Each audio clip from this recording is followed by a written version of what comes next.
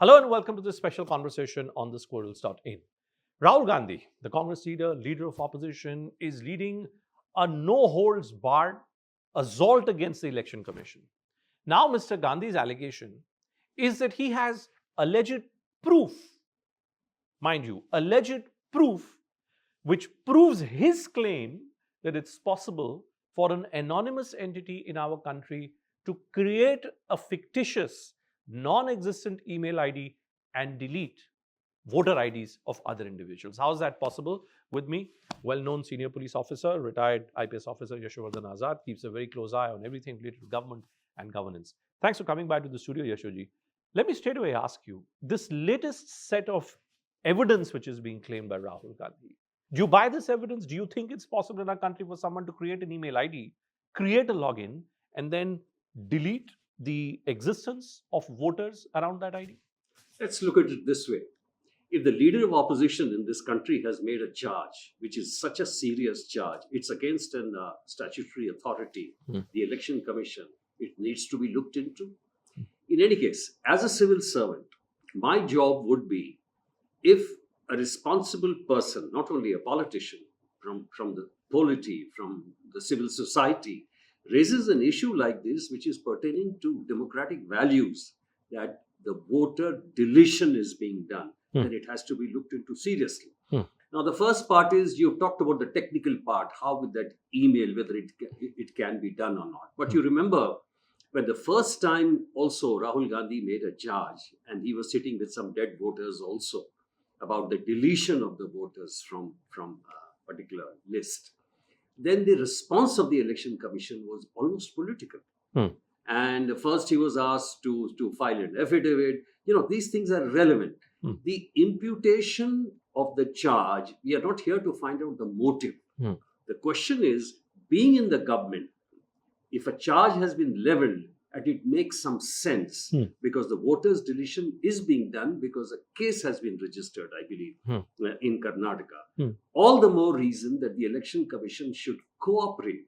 In fact, it should find out, it should be exploratory. In fact, I have just been told that the Karnataka CEO, Chief Electoral Officer, the Chief Electoral Officer there, has also requested for cooperation. In that respect, I totally agree with the people who say that Election Commission should cooperate rather than stone. Well, recently we had a scenario where 3 former chief elections came out together, and they were of the view that while everything is fine with the electoral process, questions were being raised whether the response which was given by the Election Commission, as you're pointing out, was right or was it political.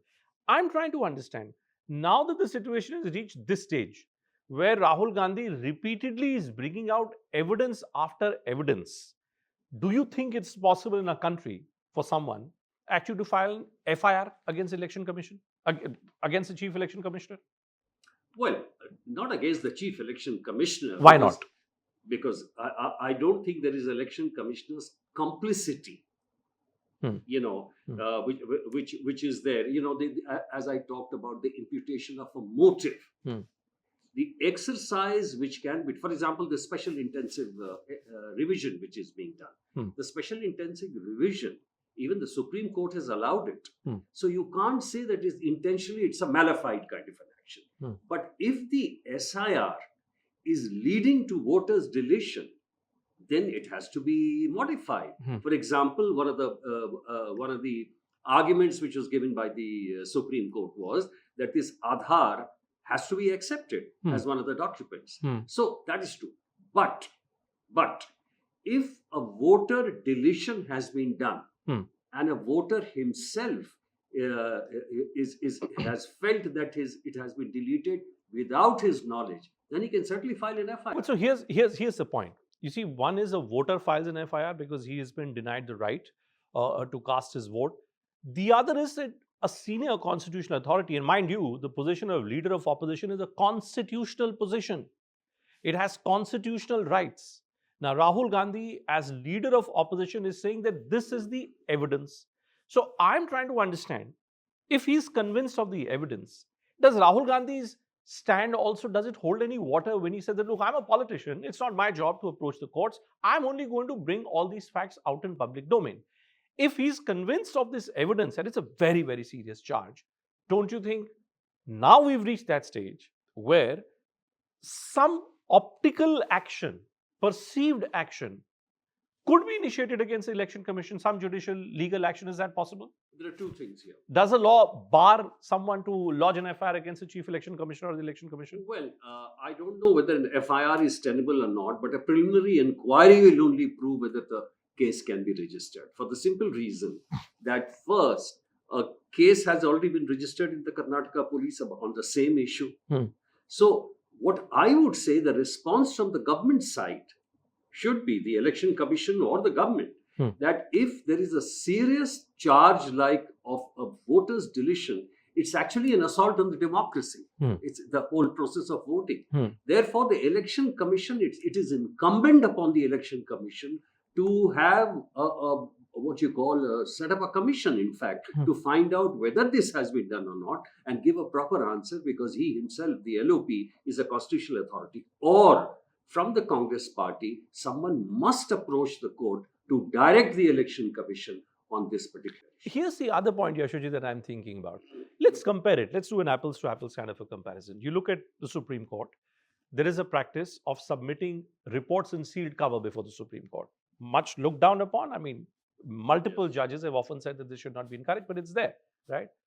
Now, if a report has been submitted in a sealed envelope before the Supreme Court of India, the only way that report will come out in public domain is if the author of the report or the consumer of the report, which is a judge of the Supreme Court, decides to share details, right?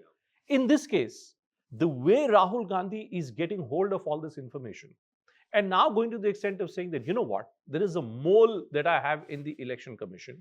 You've been a police officer in your life, sir. Do you think it's possible for an outsider from the Election Commission to get hold of this kind of information without actually having a mole in the system? Well, these kind of leaks have been happening even before, even in the American system. I can't think of some examples straight away, but there are leaks that are coming from inside.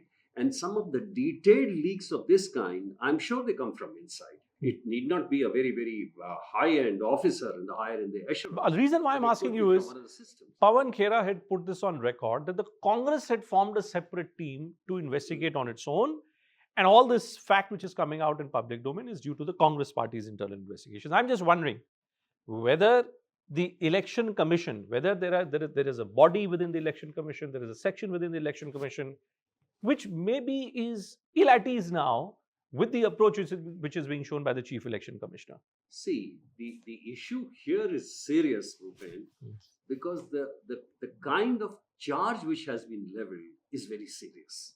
And this charge has been leveled with some kind of evidence. Otherwise, a constitutional authority like the LOP is not going to make a serious charge like this. Now, certain aspects of this have already been proved. For example, those dead voters, when he had a meeting with the dead voters and all that. Right. So when this charge is being made, there has to be some seriousness ascribed to it.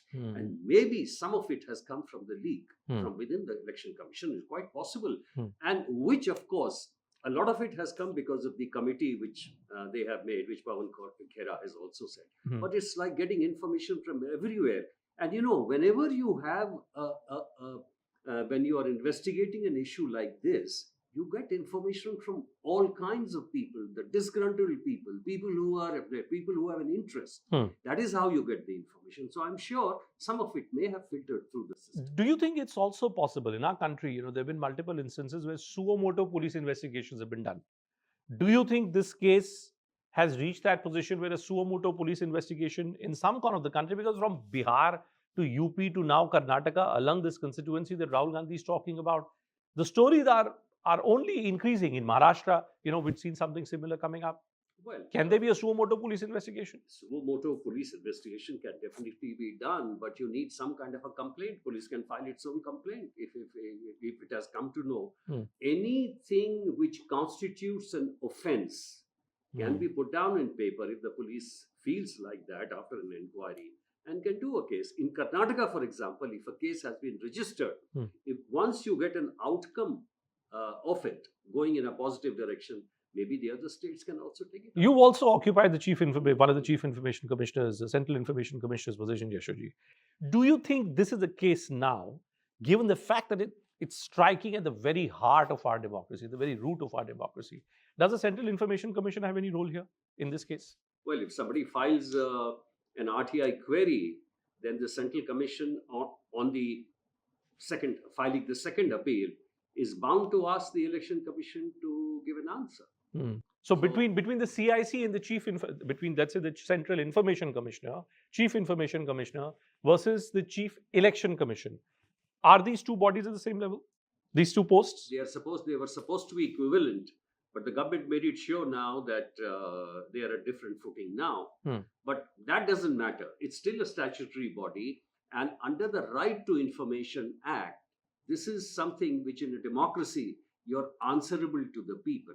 If Election Commission, this kind of information can be given to the Parliament, then it can give it to be any person who asks this question. All right. Well, Yashovardhan, thanks so much for joining us, and thanks so much for dropping by and giving us full clarification. So 3 big institutions now on the target. The Supreme Court can go in for a suo motu investigation.